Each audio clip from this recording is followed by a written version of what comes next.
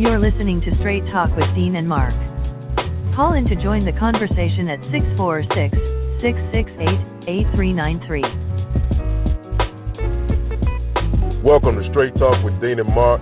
It's the six-man Dean Geronimo in the studio with Mark Lee, and we welcome you to yet another exciting episode of our show.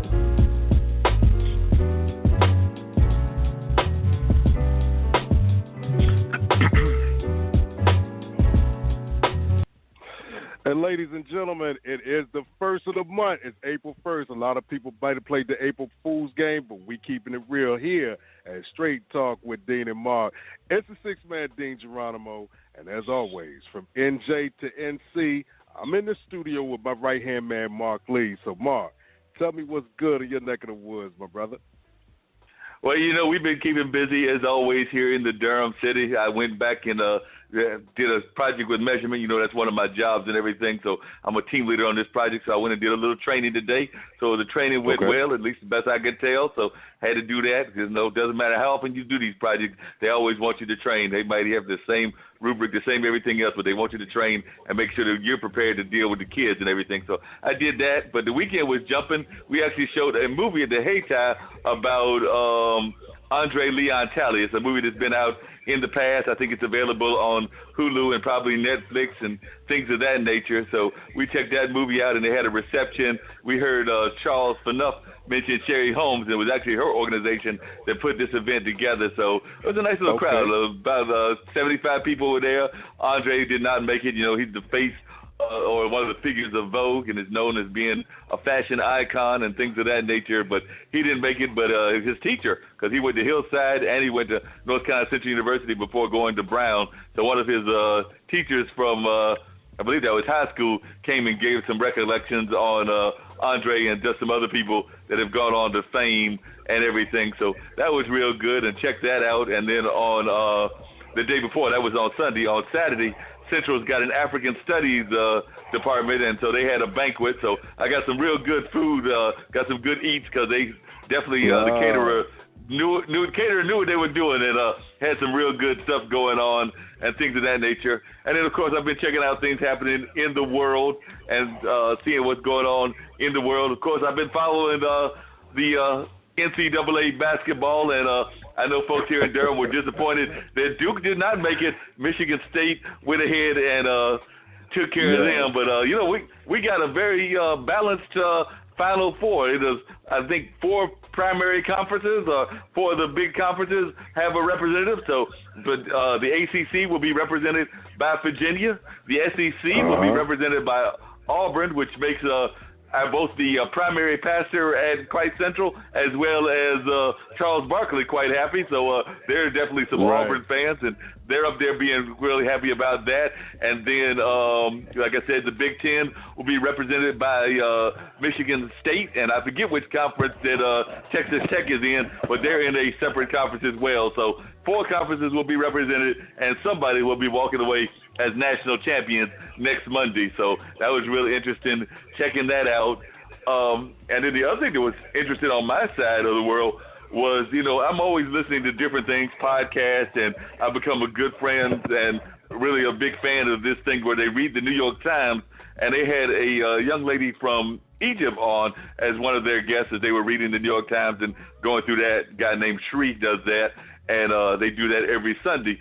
But one of the things that came up in the conversation was Egypt, and we know that Egypt is in the continent of Africa, but they were just asking the young lady, or she's a professor somewhere up there in the, I guess it would be considered the Northeast Corridor. I can't remember whether she's in D.C. or New York, but they were asking her, you know, how Egyptians perceive themselves, whether they perceive themselves as Africans or Asians, and it seems to me like they actually go for like almost a different kind of category. They consider themselves, I guess, when it comes to Arab issues, to be very much about Arab and things of that nature. So, you know, dealing with Palestine, dealing with things that are going on in that world, then they identify with the Arab bloc and probably with oil and things of that nature. But they are also very aware that they are on the continent of Africa. So it seems to me that they try to like maybe have a own separate category where they consider themselves more Egyptians and not just Africans and not just Arabs, but they just actually consider themselves to be part of a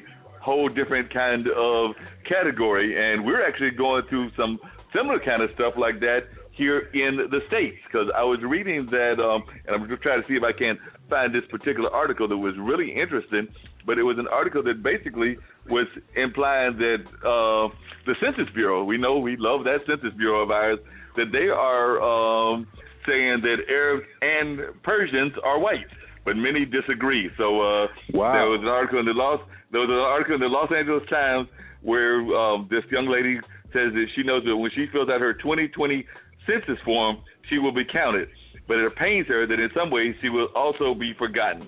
When asked to mark her race, she will be given options for white, black, Asian, American Indian, and Native Hawaiian, but nothing that she believes represents her family's Iranian heritage. She will either have to choose white or identify as some other race. So she was saying that roughly 3 million people of Southwest Asian, Middle Eastern, or North African descent living in the United States, according to a Los Angeles Times analysis of U.S. Census Bureau data. No other county has more of these communities than Los Angeles, where more than 350,000 people can trace their roots to a region that stretches from Mauritania to the mountains of Afghanistan. So it says that in past census surveys, more than 80% in this group have called themselves white, but Arab and Iranian communities for years have lobbied the Bureau to create a separate category for people of Middle Eastern or North African descent. So it looks like they've been trying to get this category like a MENA category, but so far it's not happening. So unless they write it in or do some other things, it looks like they're going to have to identify some other kind of way. And they're just talking about some of the ways that can hurt communities as well, because it says that at stake in these decennial counts is nearly $800 billion in federal money and the number of seats each state receives in the U.S. House of Representatives. Many of the services that people rely on are tied to funds and programs determined by the census. In addition to these resources, advocates argue the white label could hurt universities and companies that use the information to promote diversity and can result in the gathering of little or no statistical data on important issues such as health trends in the community. So definitely looks like some of the people in the Arab community are trying to find ways to create a group that apparently the Census Bureau is not necessarily identifying. They have 1 year to figure it out, because the census will kick off in April of 2020. So they have 364 more days to figure out if they're going to add those categories or if they are going to have individuals do like they did the last time, check other, and then you give them, what race you are or whatever, and they look through all of that and write it up. So we'll see what happens. It's going to be interesting because, it's the census. So they're going to come knocking on your door, so make sure you see the identification, because that'll also be the prime opportunity for some unsavory individuals to pretend like they are census takers and possibly try to force their way in your homes. I'm not saying they're going to do it, but it has happened. So just make sure that they have the proper identification. Just don't start answering all them personal questions because you assume that they're the census takers, because they may not be. So just play it safe, y'all. That's about it. Yeah. Oh, one other thing that's going on this weekend, which is a major event here in Durham that goes on every year, and we're very proud to be the host of the Full Frame Documentary Film Festival. So, some major films that have gone on to commercial and fame out of the documentary world have come out of this festival in the past. So they definitely consider one of the top festivals around the country, particularly around the documentary area and things of that nature. So there are definitely some great films that are going to be there. Among them, they're going to show some films that will be free. So they'll be showing RBG, which is, of course, about Ralph Bader Ginsburg, and they'll be showing that in a free screening. That'll be one of the free screenings that they're going to have. But then they've also got some other newer stuff that'll be coming out as well. So they've got some really interesting film topics and subjects. I saw that one of the films will be dealing with the legendary jazz artist Miles Davis. So I know a lot of folks will be very much interested in that, trying to see how that filmmaker put out the story of Miles and what they had to say about Miles and Miles' life, because Miles was a fascinating character of course, you can't talk about relationships and life in general without talking about Dr. Ruth. So they are going to be showing that film, Ask Dr. Ruth, which will be a look at her life and things of that nature. And then they've got a film about Knock Down the House. So, that's going to feature a look at the campaign of 4 women running for office for the first time, including, one of the people that I'm a fan of, Alexandria Ocasio-Cortez. So that film will be out on Netflix on May 1st. But if you happen to be here in this area, you can get a look at how those ladies got into politics and how they became such a force. And there'll also be a film about Beto called Running with Beto, which is about the Democratic presidential candidate failed Senate run against Republican Senator Ted Cruz. So, and if you're into bluegrass, there's a film about Alice Gerard. So she calls Durham home and is a Grammy-nominated Bluegrass Hall of Fame musician. So there's, like I said, there's always great films at Full Frame. And so if you're not familiar with the Full Frame Film Festival, definitely try to look it up on their website. And I think that you'll find something that will be of interest to you. I'm even seeing that there's a film about Mikhail Gorbachev and Mike Wallace. So they've definitely got some interesting films about some major newsmakers. And there's usually discussions and chances for you even to meet the filmmakers and talk to the filmmakers. And they've always got some other events that are kind of social events that go on with that festival as well. So I know downtown Durham will be jumping on this weekend. So that thing kicks off, I believe, on Thursday, and will be running all the way until the 7th, which is Sunday. So, like I said, downtown will be jumping. We'll have people from all over the world, and I do mean the world, because they don't just come from Durham. They come from New York. They come from California. They come from every place. So, like I said, the place will be jumping. Okay. Well, you know what? We're going to check out to find out who's behind that door, and we'll be right back in 1 second. Sounds good. This is Nikki Hall, founder of Simply Radiant LLC, a woman with great passion and skill to make you look and feel better. Meet me where you are. Let's take it to another level, a new you. See you soon. Call 919-971-6243. Make your place today.